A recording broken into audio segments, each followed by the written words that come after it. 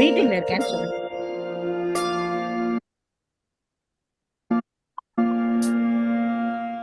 என்னம்மா சொல்லு. கருவாக்கி உருவாக்கி எனையாண்டு காத்தருளும் இறைவா நன்றி. எங்கும் நிறைந்தோனே எல்லை இலாதானே, எங்கேயும் எப்போதும் என் குலம் காப்பவனே. நெஞ்சம் துணிய துணையாய் வருவாய், நேர்மறை உணர்வுகள் பெருகிடச் செய்வாய். உடலில் உறுதியை பெரிதாய் தருவாய், உனை உணரும் அறிவை என்னுள்ளருள்வாய். சுற்றமனைத்தும் காப்பவனே, செய்தொழிலில் ஏற்றம் தருபவனே, எடுத்த செயலில் வெற்றி கொடு, என் ஆற்றல் பெருகிட அருளை கொடு.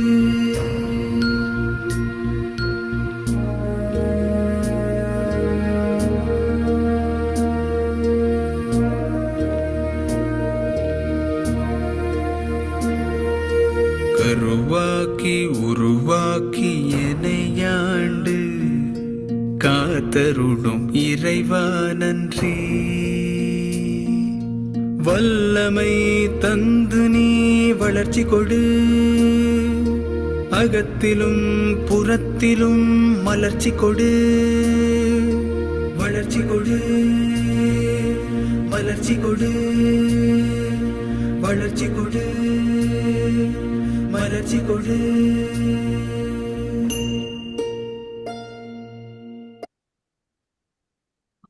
Good evening.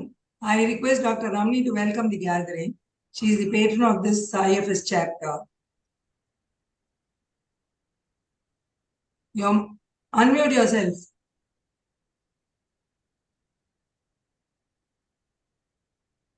Okay, good evening, everybody. It's my proud pleasure to welcome all of you for this IFS South Tamilnadu chapter for the month of November. I'm very happy to invite Dr. Mona from Chennai, who is now going to deliver a talk on pelvic ultrasound in infertility, optimizing the interpretation. I think that's a very, very important topic for any, not only for ART consultant, but even for a non-ART consultant who is practicing basics of infertility. Yes. Welcome, Mona. And I also welcome Dr. Kavita Sendil, our own member, and Dr. Jayachitra, our friend from Madurai, who has gracefully accepted to be the chairpersons for the today's meet. And I also welcome all the participants, despite their the timing they have gathered, and I welcome all of them on behalf of South Tamilnadu IFS. Thank you. Thank you, ma'am. Now, Thank you. To say in short, the minutes of the meeting or the previous meeting, we had again a webinar, a CME on 20/10/23 last month. The topic was low-cost IVF, and the speaker was Dr. Reggie Mohan Trivandrum. He is running his center in Trivandrum Medical College. So we thought he was the best person to tell us about how to go about with low-cost IVF. Then following that, we had Dr. Sheila Balakrishnan, who spoke on ovulation trigger, past, present, and the future. So all the different types of drugs that we use for ovulation trigger was discussed. And we had about 55 people attending the meeting. We were very happy because we had a good time of discussion. That was the icing on the cake. So that was a good meeting by the end. And today we have, of course, Dr. Mona, who will be talking to us about interpreting the ultrasound findings in an infertile woman. And we have two good chairpersons, Dr. Kavita and Dr. Jayachitra. I welcome both of you. Dr. Jayachitra is a consultant obstetrician gynecologist, fertility specialist at Nithila Nursing Home, Madurai. And she is the treasurer of Madurai Menopause Society. And she's been a good friend of ours as well. She's been practicing or doing IVF since last 10-15 years. So she's an ideal person to be here as a chairperson. Next, we have Dr. Kavita. She is from Trichy. She is the managing director of Dr. Pangajam Sitaram Nursing Home Trichy. And she has her own IVF center as well and doing IVF for the last 15 years. So I hand over the podium to both of you, and from here you can carry it forward. Thank you, chairpersons, and take it up. Thank you, ma'am. Thank you, ma'am. Thank you for the wonderful opportunity, ma'am, Chitra ma'am and Ramni ma'am. We would like to thank you for making arrangements every month for this wonderful webinar. They somehow find a very practical topic every month, which is very hands-on for all practicing infertility specialists. And they come up with wonderful speakers as well. Thank you for that, ma'am. And our today's speaker will be Dr. Mona, and Dr. Jayachitra will be introducing her. And the topic which you have selected today is really a very practical topic. Without, all of you will agree, without TV scan or vaginal pelvic scan, infertility is, we cannot practice infertility. And I'm sure she's going to throw so much information for that, about that. And I would like Chitra to introduce ma'am. Ma'am, Chitra, can you please Thank you, introduce her? Kavi. I warmly welcome Dr. Mona Pandurangi. She's an associate professor in Department of Reproductive Medicine and Surgery from Sri Ramchandra Institute of Higher Education and Research Center, Chennai. She has done various publications in national journals, and she has been an invited speaker in various national conferences and a special interest in transvaginal and ultrasonography and Doppler. We are eagerly waiting for your talk, ma'am. Over to you. Thank you. I thank the IFS South Tamilnadu Society for inviting me for this talk at this hour. I'm sure all of you all are busy practitioners, but I think it's very good that you all update yourself, and it's a learning for us that, it's not only staying in the medical college we update, but, you also update yourself. I mean, without being in a college, that's very great, actually. So my topic today I chose was pelvic ultrasound in infertility, optimizing interpretation. Ma'am, am I heard? Yeah, ma'am, you're audible. Okay, just one. I just arrange this.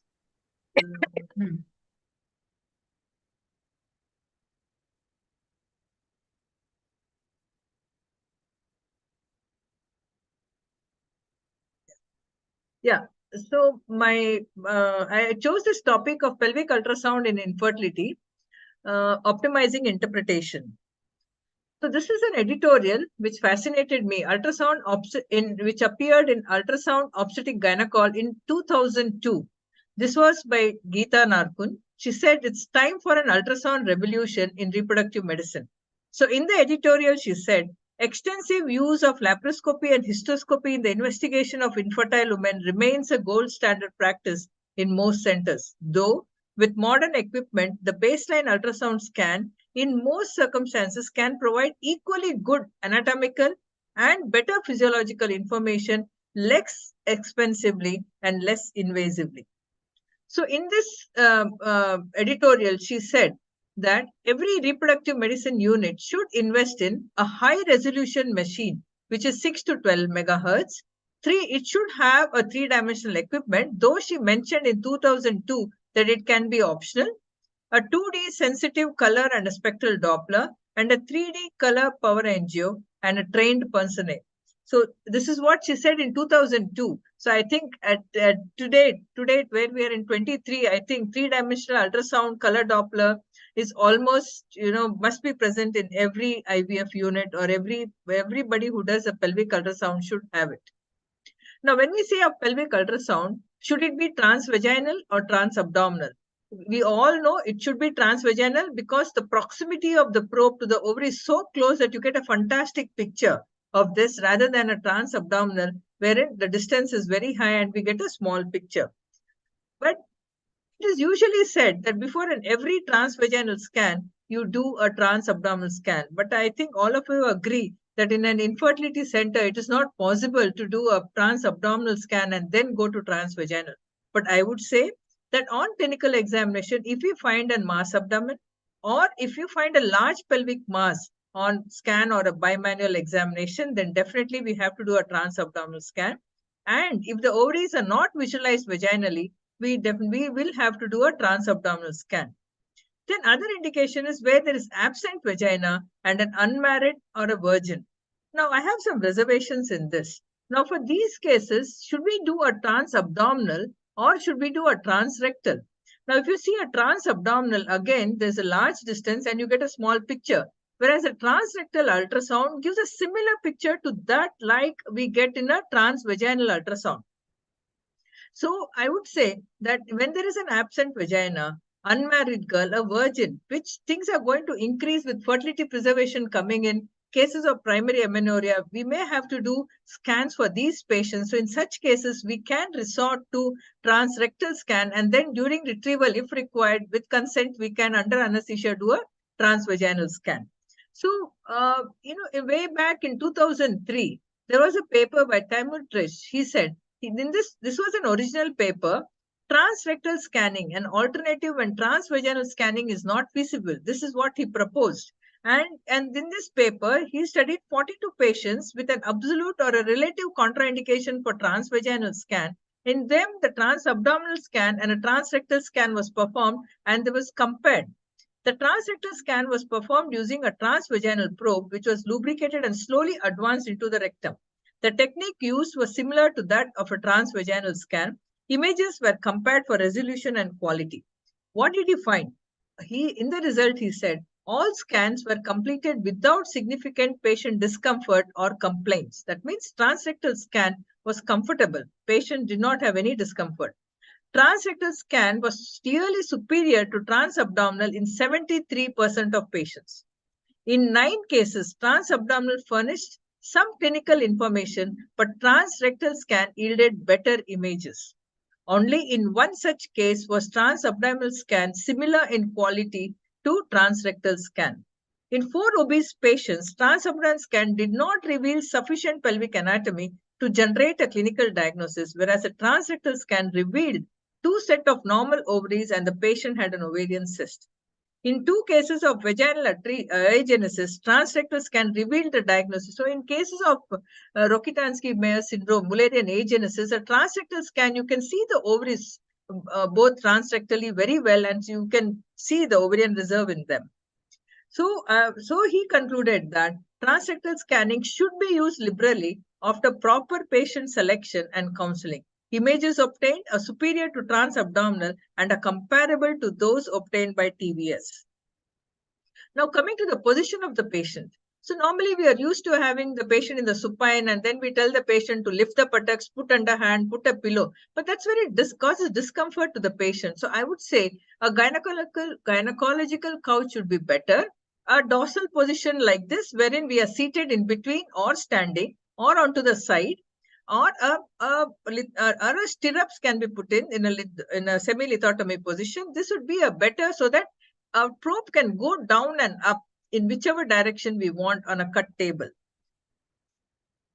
Dynamic. So this is a new concept which was put forward by Stephen Goldstein. He said in this medage.com OBGYN, he said, Dr. Goldstein said, he's a professor in New York University. He's an OBGYN professor. In his article, he said, in an article that I authored 31 years ago, okay, he said, I wrote that there was a difference between an ultrasound examination by a referral and examining one's own patient with an ultrasound. I coined the phrase ultrasound enhanced bimanual examination. I believe that this term should become a routine part of overall gynecological examination. I wanted people to think about bimanual that we have done for last half a century, which in my opinion consists of 2 components. He said any examination has an objective portion and a subjective. The objective is to find out whether it's an ovarian mass or a uterine mass, whether it is solid or a cystic. This can be replaced by an ultrasound image.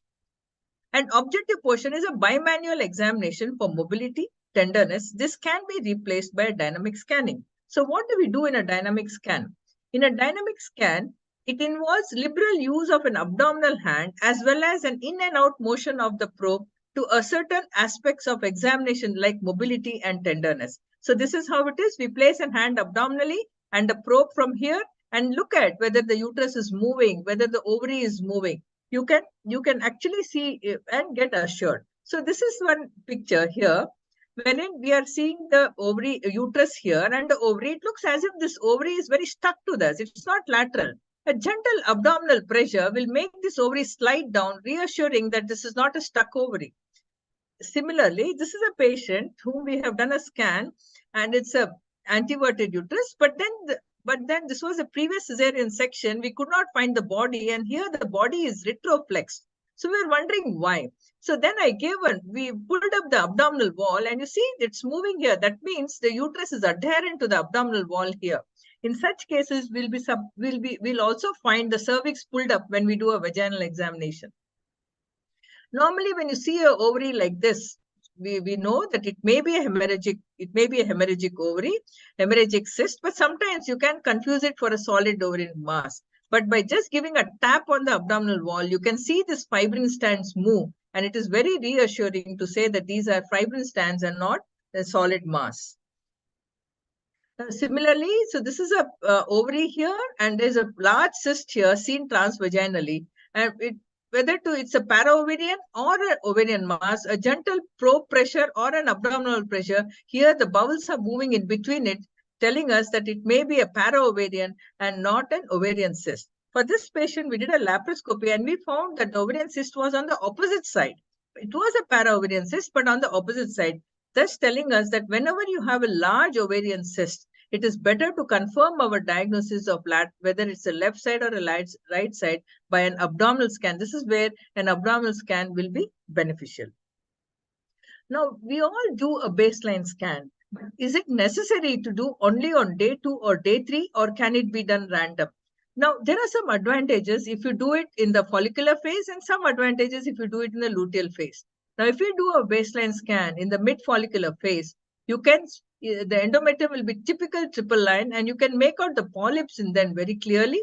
Cervical mucus can be seen. A dominant follicle, if it is there, is reassuring that she is actually having ovulatory cycles. And if you combine with a saline infusion sonography, if the fluid in the POD is reassuring that her tubes are patent. Now, if you're doing a scan in the luteal phase, a corpus luteum is reassuring that she has ovulated. A uterine anomaly can be picked up very well, and a cavity abnormality also can be picked up during the luteal phase. So these are the pictures. Here, this is an ultrasound. They are done on day 2. You find a thin endometrium. But if we have done a scan in the mid-follicular phase, you will find a triple line endometrium, which is reassuring, telling us that patient has a good endometrium. You can also put a flow and say that the vascularity is good with a good triple line endometrium. This is in the late follicular phase. Now, supposing you do in a late follicular phase a scan and there is a polyp, a triple line endometrium where the polyp will be seen very well here. It is splitting up the cavity and it's seen. But same thing, if we had seen on day 2, then you will find some hypoechoic area. It may be a clot or it may be a polyp. You need to do a scan again in the late follicular phase to confirm whether it's a polyp or do a saline sono. So, on day 2, if you see the ovary, you will see a quiet ovary, and yes, we can do our follicular number per ovary count very well. But even if there is a small follicle here, developing follicle, we can still see the number of AFs, and they are reassuring. It may be 1 or 2 AFs less, but still you know the reserve is good. And with a well-developed follicle in the follicular phase, you can put a flow, and then it tells us that she's developing she has a good ovulatory cycle. And if you do in the luteal phase, you can see a corpus luteum well vascularized, which is reassuring. Thus came the concept of one-stop assessment of follicular scan, which they called it as a fertility scan. This concept was put forward by Simon Kelly. Investigation of an infertile couple, a one-stop ultrasound-based approach. This was said in 2001, but this was reiterated by Grossman by complete evaluation of anatomy and morphology of an infertile patient by a single visit, a modern infertile pelvic ultrasound examination, which came out in 2016 in Fertility Sterility. So what did they say? Anytime once the bleeding stops and whether they're in the mid or the late follicular phase, mid or an early follicular phase, like around the 5th or the 9th day, the first step is to do a 2D ultrasound, of course, transvaginal. The second step is to do a 3D to rule out uterine anomaly. The third step is to do a saline infusion sonography so that to see whether the uterus is distending well, if there are any cavity abnormalities, and to see fluid in the endometrium, fluid in the POD.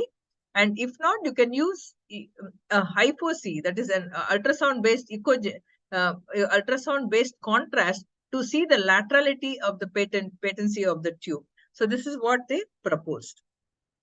But even if you hypho-see to do this, ultrasound contrasts are very costly. So many a times we have mixed saline along with lidocaine and just made a fraud and have done a saline sono to get an echogenic feature to see whether the tubes are patent. This has been tried, but we are doing only an ordinary saline sono. If at all, we are doing a one-stop assessment.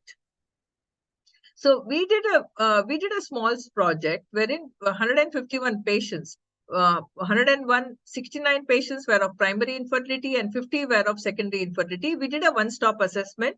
Scan was done between day 8 to day 11 of the patient, and along with that, a saline infusion sonography was done. What we found, we saw that more than 50% of the patient had an endometrial thickness of 7 mm, which was reassuring. Around 49.6% of the patient had a triple line endometrium, which is again reassuring. 53% had a developing follicle, which shows that she has an ovulatory cycle. 91% of the patient had fluid in the POD, suggestive that at least one tube is patent. 3 patients had hydrosalping, which was visible only when we did an assay. Till then, it was not visible, and an ordinary 2D scan. 1.3% had an adhesions in the peri-ovarian area, which were visible because we had done a saline infusion sonography. Sliding sign of the ovary was negative in only 1 patient. So this is how you can see small bands like this, which showing that there may be some amount of adhesions in the POD. Sometimes we can see a tube. When the fluid is there, you can see here the tube is attached to an adhesion like this. So suggesting that there are some pelvic adhesions. And an intrauterine cavity adhesions can be made out once you instill a saline in the cavity. This may not be visible on an ordinary 2D scan. So now coming to the scanning of the ovary on a baseline scan, we all measure the antral follicular count. That is, we combine the count on both the sides, and normal we say 9 to 19. High functional reserve is more than 20, and the low follicular count when it is less than 8. Now, along with this, the stromal Doppler. This is a stromal Doppler, wherein you can put a Doppler flow there and measure the PSV and an RI. So PSV, when you find 5 to 10, that means it's a normal responding ovary. More than 10, it is supposed to be an hyper responding ovary, and less than 5 is a low responding ovary. So you can have a combination of these. You may have a low follicular count, but a normal responding ovary. You may have a high functional reserve, but a low responding ovary. So this will help us to predict how the patient will respond in spite of having a good antral follicular count. And this is a study done in Chandigarh, where pre-COH along with other ultrasound parameters, stromal ovarian blood flow was recorded in the form of RI and PI. The mean PI and RI were calculated for each patient before COH. And what they found? The ovarian stromal blood flow was found to be negatively correlated with age. The number of follicles formed in the subject after stimulation with gonadotropin was negatively correlated with ovarian stromal resistance index and PI. So they concluded that ovarian blood flow predicts the ovarian responsiveness and hence provides a non-invasive and a cost-effective prognostic factor of IVF outcome. Now, normally we measure the 2D follicular like this and we say, okay, this is the measurement. Sometimes you find an oval follicle and you measure it. But we must always remember that there is a third component, 3 dimension. You see, this is the follicle. Backside the follicle is so big, and that is why you can add in. It may not be possible, but whenever you find an oval follicle, okay, in those cases, we can do a 3D of the follicle and see whether what's the volume of the follicle, and 3 ml to 7.5 ml is supposed to be a mature follicle. Now we can do normally we do only anatomical measurement of the follicle, but then you can do a physiological assessment of the follicle by studying the perifollicular vessels, okay, on the follicle.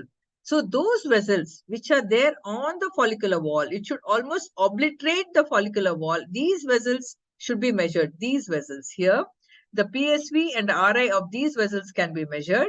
Okay. And secondly, the amount of vascularity surrounding the follicle can tell us how mature the egg would be. And they have said that if there is 100% vascularity as seen in this, almost 100%, then it's a good grade 4 vascularity, and we expect a mature and a good oocyte. Whereas when there is grade 1 and grade 2 vascularity, where is less than 50% vascularity, it is supposed to have a immature oocyte. Okay, so another application was by recording the PSV. Apart from noting the percentage of vascularity, we can record the PSV, and if the PSV is more than 10, studies have found that the rupture would occur, that the surge has started and rupture would occur after 30 hours. Whereas if it is more than 20, the rupture would occur between 12 to 14 hours. And if it is more than 45 centimeter per second, ovulation can occur in the within 1 or 2 hours. So PSV starts increasing 26 to 29 hours before rupture and continues to increase for 72 hours after rupture. Now, why does this happen? This happens because with LH surge, there is degradation of collagen layer present in the tunica albuginea, resulting in vascular dilatation and increased vascular permeability, increasing the PSV.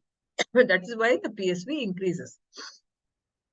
Now, how is it going to be useful for us? This will help us to predict rupture and to time an IUI, help to avoid a weakened IUI, to improve pregnancy rate, and useful to diagnose LUF.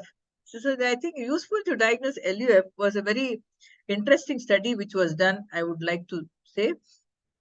Now, we did a small study in our department where a perifollicular Doppler flow of the follicle was measured and in an IUI cycle. And we did not time the IUI as per PSV, but we did a study. We followed the rupture of the follicle. We found that when the PSV is more than 20, 60% of the follicles ruptured before 12 hours. And when it is less than 20, 60% of the follicles ruptured at more than 36 hours. So in this way, we can time our IUI. Now, coming to Doppler indices for maturity of the follicle. As I already said, as the follicle matures, the RI of the follicle drops. So this is a study done in an ovulatory cycle, and they have got this trace here, and they had found in that ovulatory cycle, the progesterone was 10 nanogram per ml. And what did they find? As the follicle grows, there is a fall in the RI, and at ovulation, it drops down maximum. And the RI of a mature follicle, an ovulatory follicle, is around 0.4, less than 0.5, that's 0.4 to 0.48. And then it remains static for another 3 to 4 days. And once the corpus luteum disintegrates, and then the RI increases again. So this is a normal curve in an ovulatory cycle. Now, when you're suspecting LUF, so many times we get confused. When we are suspecting LUF, it is not by a single measurement of the Doppler follicle. We need to do Doppler from around the 14 to 16 mm follicle. What do we find in them? Instead of a fall, what you see normally here, the RI, instead of a fall, remains static. There is no fall, it remains static. And in fact, after the 14th day, the RI increases instead of going down to a lower level and then a raise. So this is a typical curve seen in a luteinized unruptured follicle. This Doppler study will help us to differentiate, because in an LUF cycle, progesterone will not help, okay, and the follicular size will remain the same, and low level echoes will appear, which will again confuse us whether it is a corpus luteum, though it may not be, the level of echoes may not be so much as we see in a hemorrhagic, in a full formed corpus luteum. It may be very low level echoes, less vascularity, okay, but the RI on follow-up will help us. The luteal conversion does not take place, as in LUF syndrome, angiogenesis does not occur. Now, coming to ultrasound for Mullerian agenesis. Mullerian duct anomalies occur in 3% to 4% of all the women and up to 7% in infertile. 3D ultrasound provides an accurate picture of the uterine cavity, serosal surface, and myometrium. So it helps us to differentiate a septate from a bicornate uterus, which is very important from management point of view. 3D is better tolerated than MRI and is particularly useful in rotated and retroflexed uterus. But normally we say it is better to do 3D in the luteal phase, and we call back the patient in the luteal phase. so that you have a thick endometrium and you get a fantastic picture like this. But then in the follicular phase, if we combine a 3D along with SIS, you can see the double cavity, you can see the septum almost better, okay? And you can differentiate whether it's a bicornate or a septate. So if at all the patient has come in the follicular phase, we can combine it with a little fluid in the endometrial cavity, will help us to diagnose whether it's a septate or a bicornate uterus. Again, so septate or a bicornate, definitely by 3D we can differentiate. We can suspect this on 3D when we find, on 2D in a transfer section when you find two cavities, and a 3D picture with a complete serosal, no dimpling there, will tell us it's a septate. And if there is a depression here more than 5 mm, okay, then it's a bicorporeal uterus. Unicornate uteruses are the ones which we will most often miss, and it may be surprised only when we do a HSG. So to diagnose it on ultrasound, we need to have high degree of suspicion in cases when we find that uterus is not in the midline. It is very close to, one ovary is very close to the uterus and the second ovary is very far from the uterus. So when you have this picture, then we must suspect why the uterus is so much deviated, why it is closer to one ovary and the other ovary is very far. But a 3D can help us in diagnosing. On 2D, yes, they say that the transverse diameter will be less, but it is very difficult to differentiate. We have missed, and only on 3D or routine 3D or on HSG, we can pick up this unicornate or a hemiuterus. Now, coming to endometrial cavity evaluation by ultrasound for polyps. Now, endometrial polyps are solid projectile lesions of the endometrium. These are seen as solid echogenic lesions in the endometrial cavity between the endometrial lines. We must know that this is the central line of the cavity. This is where our histoscope will enter. These are the functional layers of the endometrium. So it should be present. It should split up the central cavity, and these are the polyps. Okay, these are the polyps. Polyps can be diagnosed on B mode when there's a pre-ovulatory phase. When you have a triple line, it can be seen very well. Now, this is a triple line endometrium. You see a hyperechoic area here, but this is not a polyp because it is just projecting. It is just pushing the cavity inside. It's a small echogenic foci present within the functional layer of the endometrium, not in the cavity. If you do a saline sono for this patient, you will find a cavity like this. Or if you have done a hysteroscopy for persistent picture like this, you will end up saying that why has the polyp, you will not find a polyp. And then when even if we do a DNC, sometimes this doesn't go. When we do a scan again for the same patient, when you're doing a FET preparation, you will again find the same echogenic structure. So if you had such echogenic structure in the functional layer and on saline sono it is not seen, histoscopy will not help us in any way. Okay? Here it is just a thickening here. But if you have a big structure, echogenic foci splitting in the cavity, and on saline sono it is projecting, then on histoscopy you will see them and they can be removed. On 3D, if we combine a 3D, here on a 2D scan, it tells us it is at the fundus, but if you have a 3D, it tells us at the fundus, but at which cornua it is present. Okay, so this is a virtual histoscopy. Okay, wherein 3D with saline contrast histosonography with HD live rendering, it is possible to create a realistic virtual histoscopy reconstructions. That is, this ultrasound image, which is similar to that of the picture we obtained during our histoscopy, can be obtained. So this is the 3D virtual histoscopy. Using this HD live, we can do, after obtaining the 3D rendered image. Okay, we can use this HD live and get this picture here. You can see how you can see the polyp here. As we see in a histoscope, it is moving in, and we can see the polyp at location. Okay, it's near the internal os. It is little above. There is one more polyp here, which is seen in the other in the B plane. Okay, so you get almost a picture similar to that of a histoscope. It can be done. Now, ultrasound for tubes. Tubes are not visualized on ultrasound, unless they are dilated or there is fluid in the POD. So now in this scan, there is fluid in the POD. You can see the tube floating here. Okay. But then normally without the fluid, tubes are not visualized unless they are dilated like this. So this is the dilated tube with fusiform cystic structure, bead on pearl appearance. Okay. And incomplete septa here again. And this is a typically seen in a sterilized tube wherein it dilates, a small structure can be seen. So this is a beads on pearl appearance. So, but then can we test the tubal patency by ultrasound? Evaluating the tubal patency represents a key step in assessment of infertile couples. Saline infusion sonography may be beneficial. Appearance of fluid in the POD is suggestive of at least one patent tube. Lateralization has been made possible with the use of Doppler and by using USG saline contrast like EcoVist and SonoView. We have tried using Doppler, but it is very difficult. Yes, if you do a saline sono, this appearance of this fluid here, which was not there before, can tell us that definitely one of the tube is patent.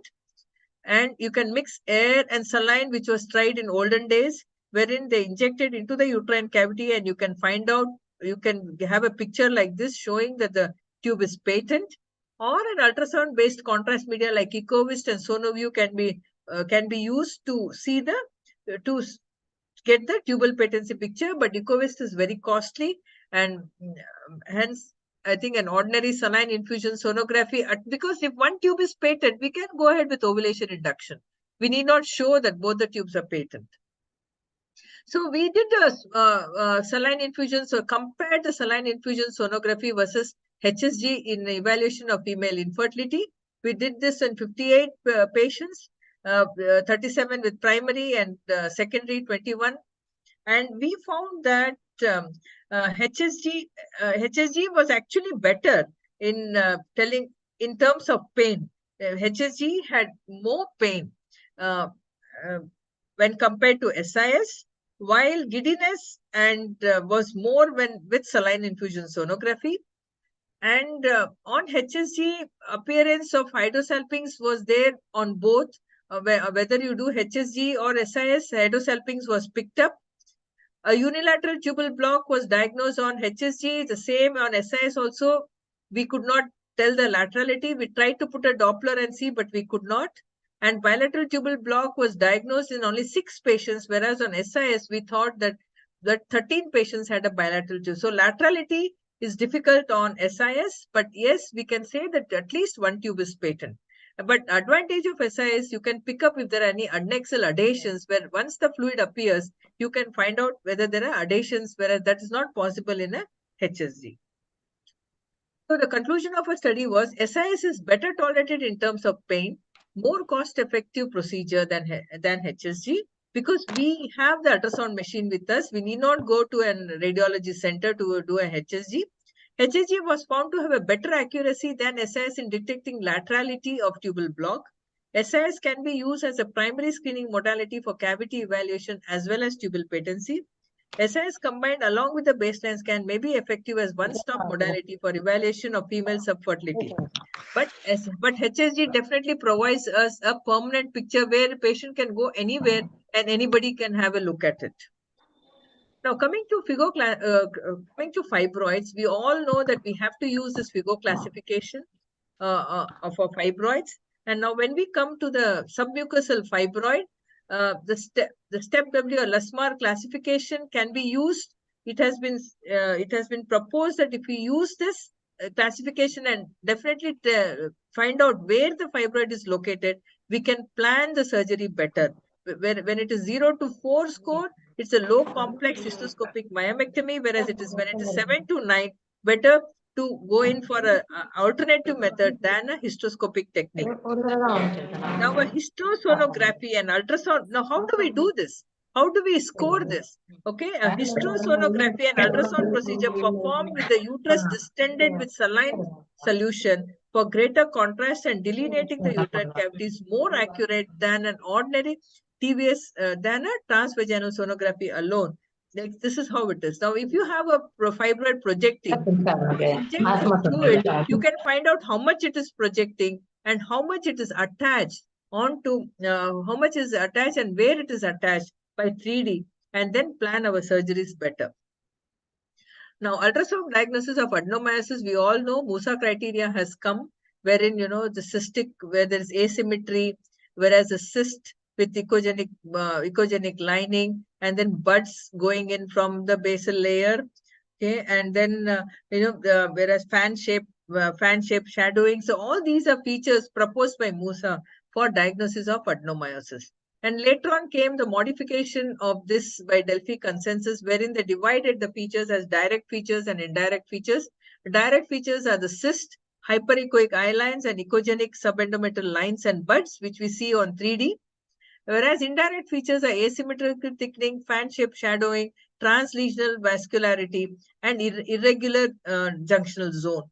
But the relationship between the direct, indirect Musa features of adenomyosis and the correlation of disease location, extent, and size with clinical symptoms and therapeutic outcome needs to be investigated in prospective study.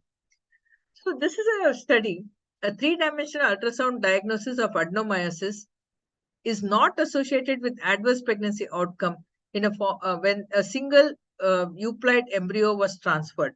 Now they studied, because we do 3D for every patient and every uterus, or even a 2D, we find this hyperechoic areas, some cysts, and these blinds and buds in so many patients. So are these findings significant? Should we label them as adenomyosis and treat them like giving GnRH and then transferring, is the question. So this is what they did. So the objective of the study was to evaluate the sonographic features of adenomyosis with respect to pregnancy outcome following transfer of a single thought euploid blastocyst. They did 3D volume ultrasound, and there were 5 reproductive endocrinologists who reviewed, and in the presence of for all the 7 features of adenomyosis. And adenomyosis was considered to be present if majority of the reviewers, that is 3 out of the 5, noted that at least one of the 7 features was present. So even presence of one feature, like say obliteration of the junctional zone or presence of a cyst or asymmetry, they labeled them as presence of adenomyosis. Then a FET of a single blast transfer was done. Endometrium was prepared by direct, natural, or GnRH suppression, and a total of 638 subjects were studied. But what did they find? Taking one criteria, they found that adenomyosis was present in 15.3% of the patient. And very few of these were actually symptomatic. Most of them were asymptomatic patients. Now, inter-rater agreement was very poor to moderate, with biometric cyst having the highest inter-rater agreement. Okay. And what did they find? All these features found that no individual sonographic marker of adenomyosis was predictive of pregnancy outcome. So the key finding of the study was prevalence of sonographic markers of adenomyosis in the study is 15%. Sonographic markers of adenomyosis in asymptomatic patients are not associated with adverse pregnancy outcome following the transfer of single thought euploid blast. So what is the clinical implication of this finding? That means approximately 30% of the women with adenomyosis are maybe asymptomatic and diagnosis made only on ultrasound. Should we give importance to this? How much importance should be given for this in the absence of dysmenorrhea, pelvic pain, and menorrhagia? Should they all be treated similarly to the patient with symptomatic adenomyosis? There's another study which has been this is a very good study. The impact, which has come in Frontier Endocrine, impact of uterine adenomyosis on pregnancy outcome in women undergoing in vitro in IVF treated with long downregulation protocol. What was their diagnostic criteria for adenomyosis? These 3 criteria. Clinical manifestation of the, that is, they should have a clinical feature of progressive dysmenorrhea, menorrhagia, and or menorrhagia, or pelvic examination must indicate that uterus is equally enlarged and hard on texture, and there must be some amount of pain, and the presence of 3 or more sonographic features of Musa. So when all these were present, only then the diagnosis of adenomyosis was made and their pregnancy outcome was studied. What did they find? Adenomyosis patient had an obviously declined implantation rate, clinical pregnancy rate, and a live birth rate, and a significantly increased spontaneous abortion rate.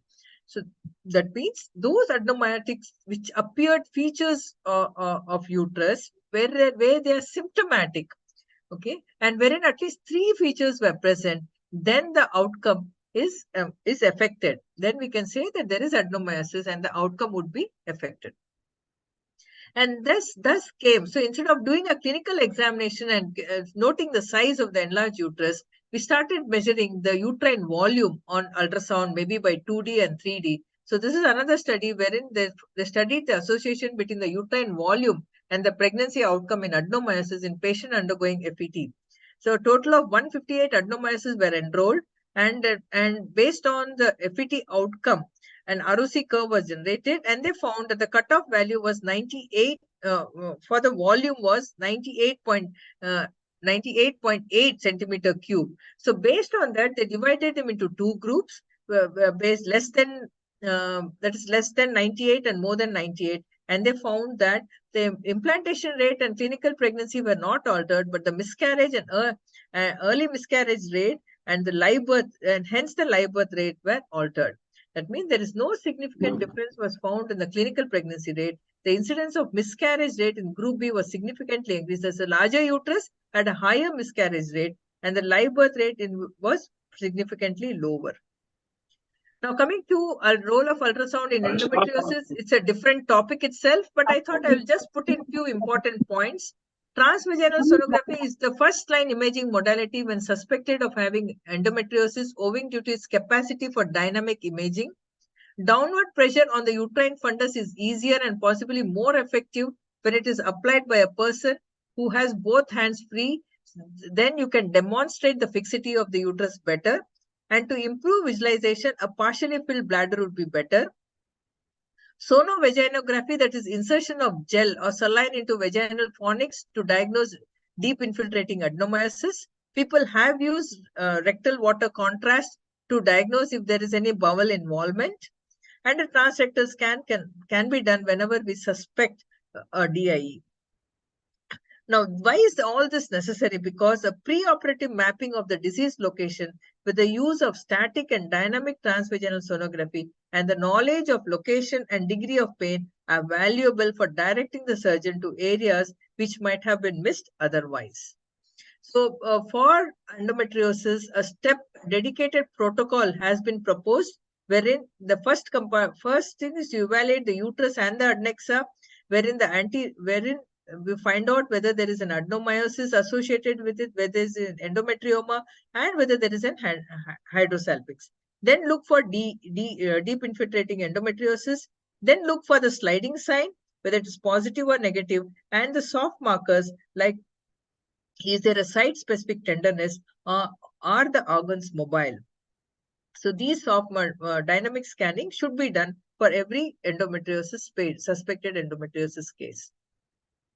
It's a new imaging modality which is there in almost high-end scan machines, which is called tomographic ultrasound imaging, TUI, or a multi-view image. This image, this is here, TUI, simultaneously displays multiple slices of volume data set to obtain rendered. So we have to obtain the rendered mode first and then apply the TUI, and you get the different sections. This can tell us where exactly the fibroids are located and whether it is touching the cavity or not, because in one section you may not be able to see. This imaging modality is very useful when you have a septum, wherein by getting this image, you get this image first, and then you can exactly tell at what distance, what is the length of the septum, whether it is up till the internal os or how many centimeters above beyond it is. We can definitely measure the length of the septum by using this TUI technology. So to conclude, sonography is an accurate, non-invasive and a cost-effective imaging modality for examining an infertile woman, combining transvaginal pelvic imaging with dynamic ultrasound and using saline contrast for endometrial cavity and adnexa. Accuracy of interpreting pelvic ultrasound in clinical practice can be increased, almost replacing the use of endoscopy for diagnosis. Thank you for the patient hearing. Thank you very much. Yes, can we have the chairpersons? Any comments from your side? Thank you, ma'am. That was a very elaborate presentation. You have covered everything almost starting from rectal scan. We have so much reservation about rectal scan always. Yes, But ma'am. after listening to you, we thought we'll give a try. Actually, ma'am, we do it, ma'am. We do. But only thing here is we should not use the TVS probe, the 3D TVS probe. Yeah, Because that's a thicker that's big. probe, ma'am. So use an ordinary 2D probe and it is very simple. It is very easy. We do it routinely for patients who are referred for fertility preservation, even when they are suspected congenital malformations and the vagina is absent. It is very good. It's very helpful. And particularly for onco patients when there is a cyst, actually you can make out what's the character of the cyst and coordinate with the oncologist, tell them what is the feature, what are you suspecting. It is very beneficial. It's very good. Yes, ma'am. And about this one-stop assessment, it was very you dealt in very detailed manner. And I remember about when I attended 2015 ESHRE, there was a paper about ovarian blood flow and the dose required to stimulate the ovaries. And I think it's coming up now again. And I think everything you have covered, ma'am, and until the latest tomographic ultrasound imaging. That was a wonderful presentation. Thank you, ma'am. I hope it was useful. And Yes, yes. Ramani ma'am can tell us few tips on, adenomyosis diagnosis. Yeah. Ma'am, it is every scan we do. In fact, Sanjeev Reddy says, what is this? You mentioned heterogeneous features for almost every uterus. So how much importance do we really give to these uterus is the... Yes, ma'am. Mona, Actually, yes, for okay, go ahead, Jayachitra, go ahead. actually, for patients with adenomyosis, as you said, we see lots of uterus with adenomyotic features, but the Yes. patient was not symptomatic. As you Yes, said, ma'am. we really have a dilemma whether to go ahead with a FED report or that. to treat the adenomyosis, because at times we have only one straw or something like that. Yes, So ma'am. to give maximum benefit for the patient, so at times we have to downregulate with leupride and then Yeah. we go for transfer. So we have to, most of the times we have to overtreat the patient. Yeah. So that happens in IVF. Yes, Say, ma'am. Mona, shall I add few points to adenomyosis? Please, ma'am. ultrasound? Please, See, ma'am. you have very well said the MUSA criteria and whatever it is and the upgraded one, everything. See, the most important thing to promote implantation is the junctional zone thickness. Yes, ma'am. You have to calculate the junctional zone thickness either by 3D ultrasonogram. And if the junctional zone thickness is less than 10 millimeter, then the implantation will be almost at par with the tubal factor. That is one. And the volume, you have rightly pointed out that it is 98.8, the cutoff. I generally keep it as 100 ml. Okay. So, we recently had a patient who, not recently, actually just now she delivered. She came to me for adenomyomectomy. Then I thought, why should we go for? Because we know the risk of rupture of the uterus is going to be high with adenomyomectomy. So instead, we tried with leupride depot. I prefer Zoladex for such patients because the initial volume was beyond 200 ml. Okay, I thought how much she's going to reduce.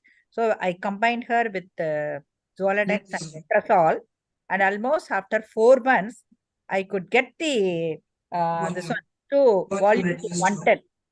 Okay, ma'am. I just stimulated her. I mean, we prepared the endometrium and I had to send her to the neighboring place for transfer because she was not my patient. Unfortunately, she had, I should have warned one thing. In adenomyosis patients, always go for a single blast, not for a multiple one, because the chances of miscarriage, be it normal, I mean, adenomyosis that has been incidentally picked up who's asymptomatic or in symptomatic patients. Okay. And you have rightly pointed out that asymptomatic adenomyosis we need not treat. Yes, ma'am. Because the implantation rate and the miscarriage rate are at par with the normal patients. So these are the certain points which I wanted to add. Yes. And regarding the endometriosis ultrasonogram, this IDEA group, they are a group of people from Monash University. Yes, ma'am. Professor Luck Rambatz or somebody, he is been trained. Almost they train these candidates for a period of 1 to 2 years before they become an expert in Yes, this ma'am. stage-wise. It's very difficult to pick up, ma'am. It's Yes. the DI. Yes. But see, once when you know what the eye knows, I mean, what the mind knows, the eye sees. Yes, ma'am. Think you see her clinically. If you Yes, see ma'am. the posterior wall thickening, and if there are nodules in the pouch of Douglas, you focus, then you will be able to get it. Okay, And ma'am. regarding the transrectal ultrasound, Chitra, I don't know whether you remember or not. For one patient that was a donor, I accidentally introduced the probe into the rectum. Okay, ma'am. See, because her vagina, I don't know whether she was having some anal intercourse or not, because her anal opening was larger than the vaginal opening. So then I realized only after the entire pickup that I have gone through the. Oh, the pickup was through rectum, ma'am. Yes. Yes. Yes. It was during the But home pickup. home pickup only. Okay. But fortunately, because the rectum was free, it was not loaded, nothing has happened. And we had a pregnancy out of the donor oocyte also. So Okay. that was, so then, so probably, like as you say that we can use a 2D probe for Transvaginal probe. transvaginal probe will be of use, especially in, see, I think we had one no, that was the only patient transrectally we did.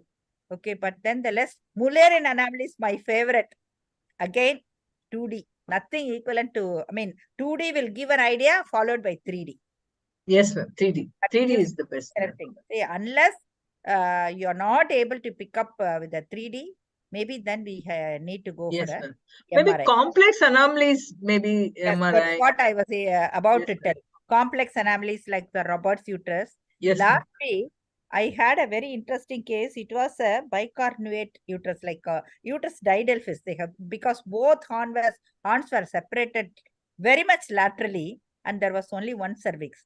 So I was thinking where the other cervix has gone.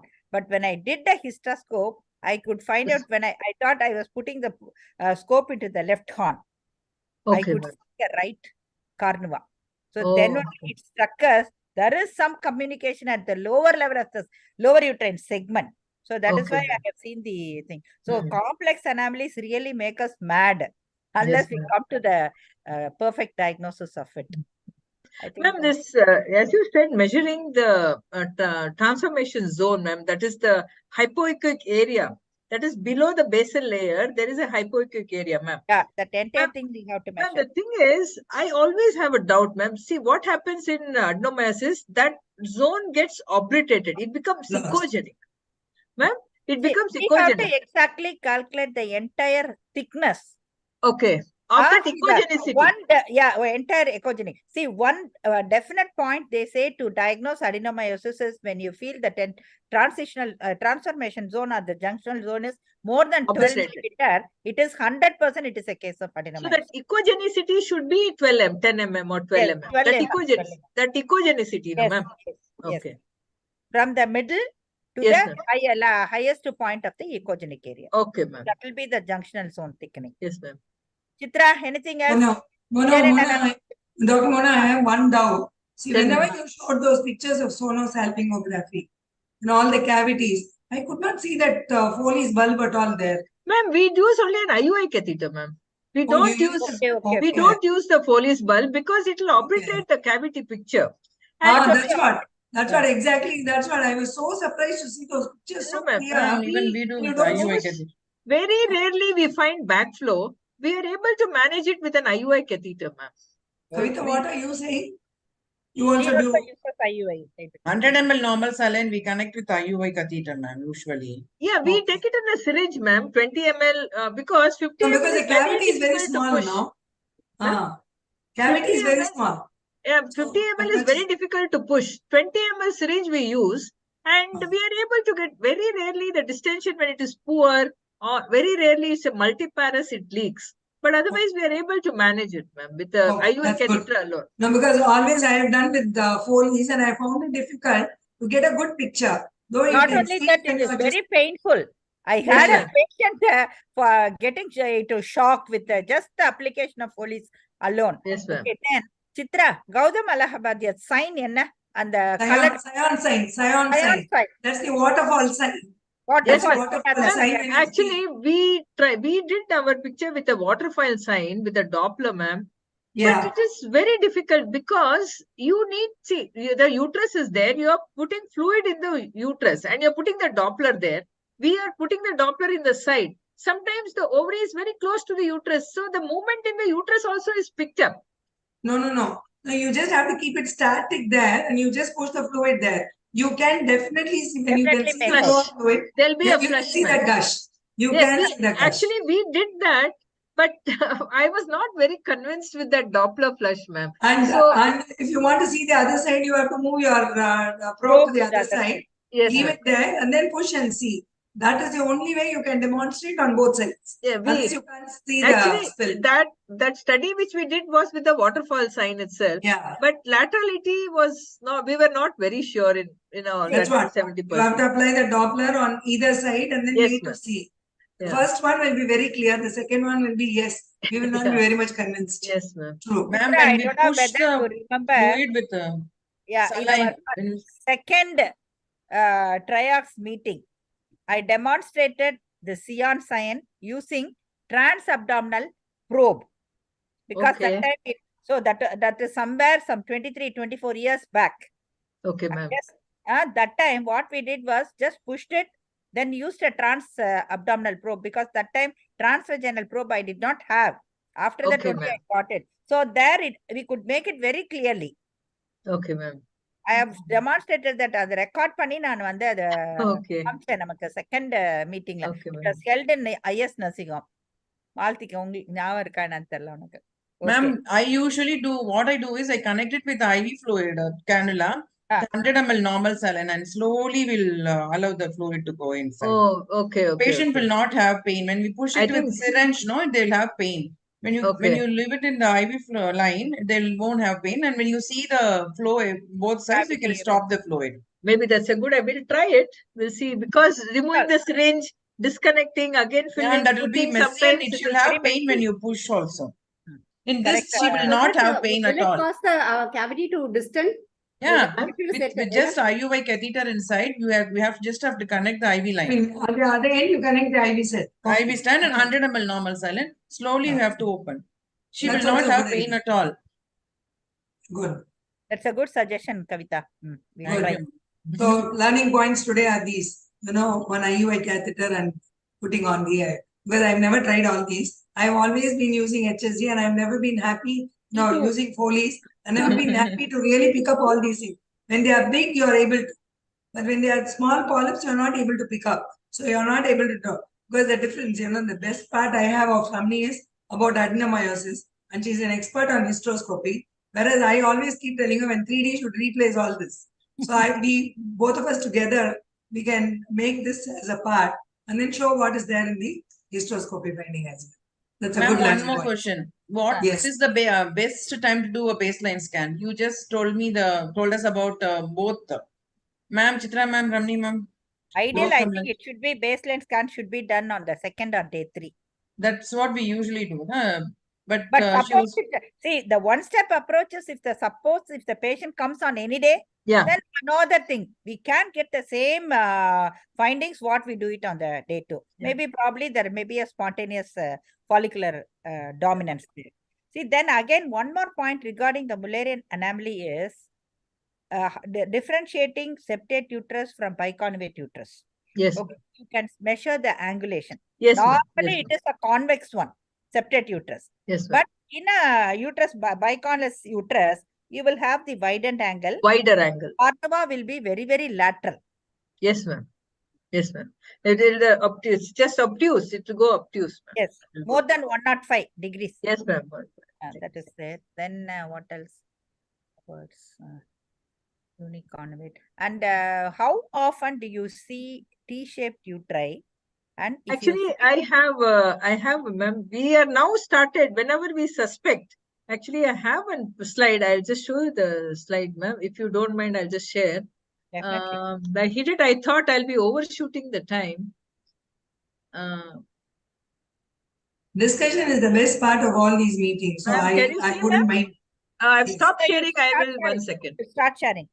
I'll stop sharing. So actually, ma'am, whenever now, because we do routine 3D for every baseline scans, ma'am. So whenever we are suspecting, we are measuring it.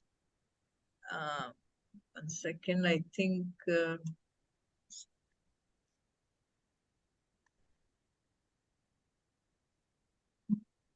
But the benefits of doing a baseline scan during the follicular phase and luteal phase is what she said. So whenever the patient is first with you, that's the baseline scan that you will do for the patient. So whichever day she is there with I you. think I'm unable to share, ma'am, but we are measuring now that angle, ma'am. That is the lateral where it is more than 7 mm. The depth, the Okay, width that is more than is 7 mm. The lateral angle around 130, where it is lesser than 130. And there are two angles, ma'am. One is the cornual angle less than 30. So we are taking these measurements and we are trying to do that, ma'am.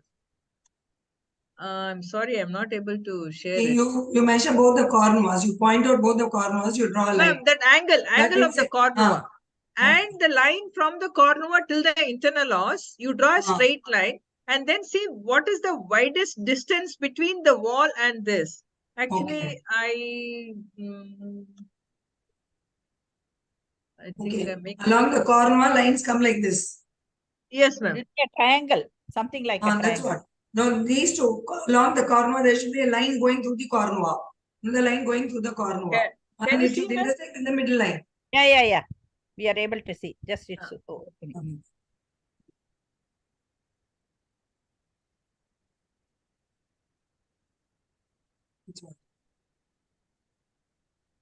Ma'am, another one more question. Many of the adolescent girls, they come with severe dysmenorrhea. So they say adenomyosis and also sometimes a very early endometriosis can also be there. Can we diagnose it by ultrasound? Is there any marker? Ma'am, ultrasound, definitely we should be. Ma'am, can you see these? These are the ones which we. Yeah. This is suspected on HSG. So when we do a 3D, this is what is recommended. You have this less than 130. So that is the lesser the angle it is, the more the T-shaped it is. And this is more than 7 mm. And this is, some people take 40 and some people take 30. So they have said for T-shaped, if two criteria should be there to confirm the diagnosis. If it is one, then you tell it then you say it's just a borderline.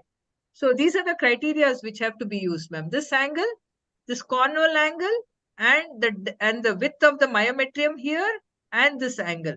This can be used.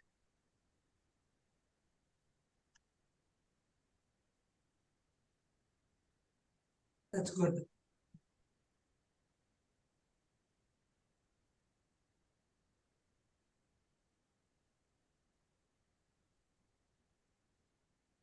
So you can use whiteboard, okay. So I'm not high-tech, so next time maybe.